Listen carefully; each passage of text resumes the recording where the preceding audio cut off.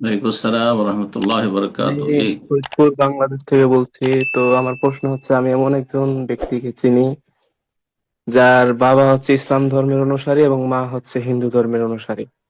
তো সে বলে যে সে হিন্দু ধর্ম পালন করে এবং মুসলমান ধর্ম পালন করে এবং মূর্তি পূজাও করে।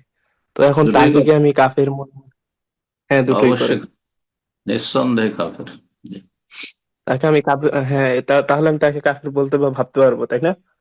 হ্যাঁ হ্যাঁ, অবশ্যই বিশ্বাস করা ফরজ। আপনাকে বলে বেড়াইতে ওকে গিয়ে আঘাত করতে হয়, এই কাফের বলতে হবে না। হ্যাঁ, কথা বুঝবেন। একটা খ্রিস্টান কেউ ইহুদি আছে, সে বলে এই কাফের বলতে হবে নাকি? কিন্তু আপনার কাফের বলে জানতে হবে, ইয়াকিন করতে হবে। যেমন এখন আমাদের রাত, এটা আমি বিশ্বাস করি। গোটা দুনিয়া দিন বললে দিন বলবো না আমি। ঠিক তেমনি কাফেরকে কাফের বলে বিশ্বাস করি, এটা হচ্ছে আমার ইমান। মুসলিমকে মুসলিম বলে বিশ্বাস করি, মমিনকে মমিন বলে, এটা হচ্ছে আমার ইমান। জি, এটা হইতে অবশ্য। আর ওর এটাও ধর্ম করে, ওটাও ধর্ম করে, আর বলবে সে মুসলিম, বা সে আমি চুপ থাকবো তার সম্পর্কে, না, সে কাফের। জি। হক আর বাতিল একসাথে হয় না, আগুন পানি একসাথে হইতে পারে না। জি। আল্লাহ হেদায়েত করুক।